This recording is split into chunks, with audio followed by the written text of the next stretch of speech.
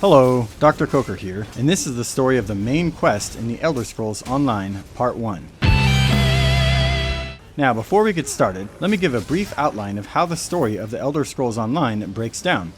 So we have the main quest timeline here, which is what this series is about. I'm going to break it into 3 unequal parts. This is because after you finish the intro, you're free to play through the zone storylines, which occur in parallel with the main quest. There are actually 3 of these, depending on which faction your character is, but anyway, all of them have a quest at the end called Messages Across Tamriel. In this quest, they end and merge with the main quest storyline. This video is the first part of the main quest storyline, which I will refer to as the Coldharbour intro. Alright then, let's get started.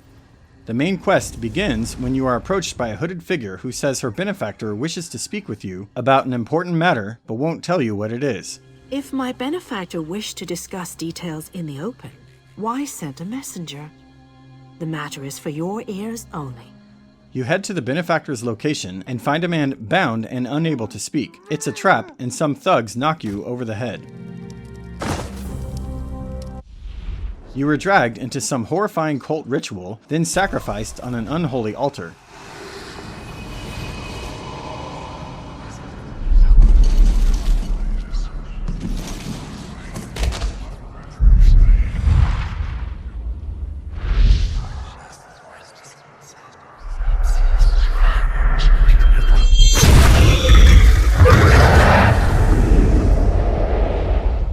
You wake up in a cell in Coldharbour, but a moment later, a woman named Lyris comes to break you out. The 2 of you proceed to attempt an escape.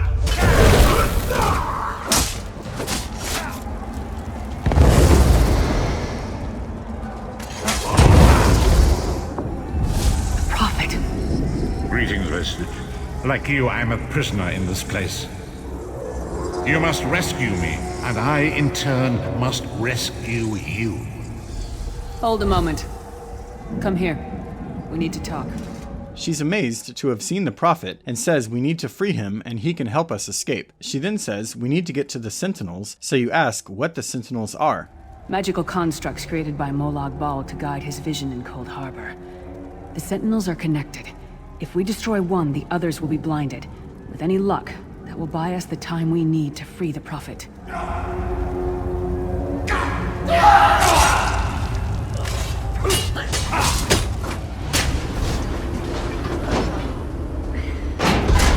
Just got free of this place. The last thing we need is to get recaptured.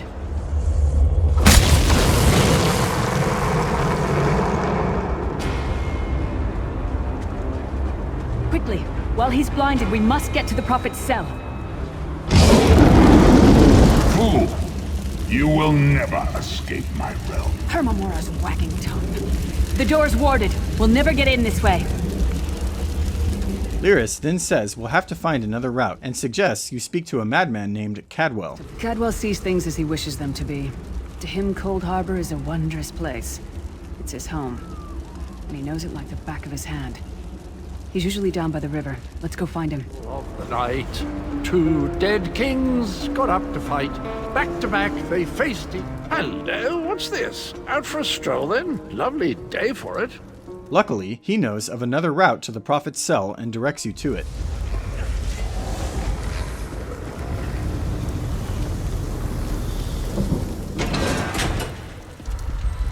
The Prophet's cage should be just ahead. Quickly now, we haven't much time. As you approach his cell, Lyris says she's not going with you. There's a trick to opening the cell. The only way for a prisoner to leave is for another living soul to take their place. I need to swap places with the Prophet. You try to talk her out of it, but she insists it's the only way. You help her perform the ritual, and she swaps places with the Prophet.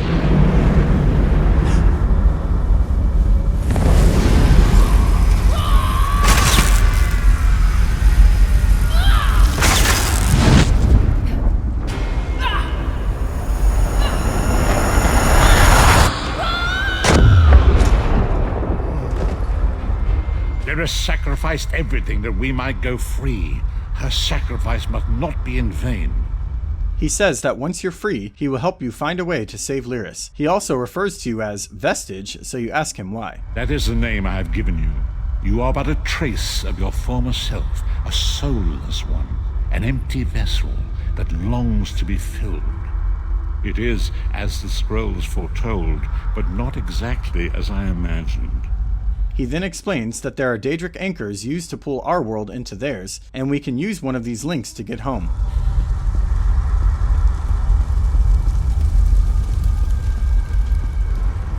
But as you approach the anchor mooring, something stirs.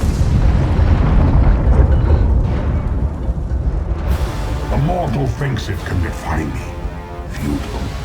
Soon your world will be in my chains. The deity summons a child of bones, which you and the prophet defeat together.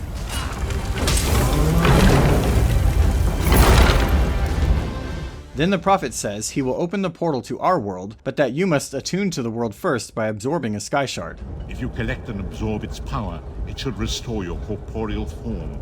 I will summon one of these shards for you to absorb. Shard of Aetherius, fall upon us now and anoint us with your blessing. There, quickly, collect the sky shard.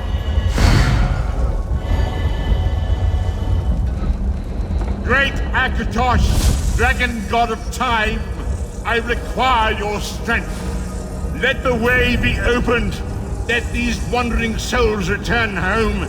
Let the will of Molag Bal be denied. Hurry! We must go now!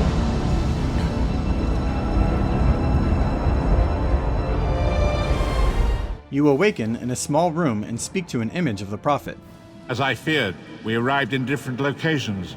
It matters not. You have awakened once again, and we must set you on your path. He says that for the time being, he will focus on a way to save Lyris, and suggests you find other ways to help out locally. He says you will see him again before long. And here is where your journey splits into multiple pathways. You will now follow the path of your chosen faction, going through the zone storylines, and the path of the main quest in parallel, as the prophet calls to you before long. I hope you've enjoyed this video. Stay tuned, as I will be making videos for the rest of the story, whether you want to follow the zone storylines or the main quest. Until next time.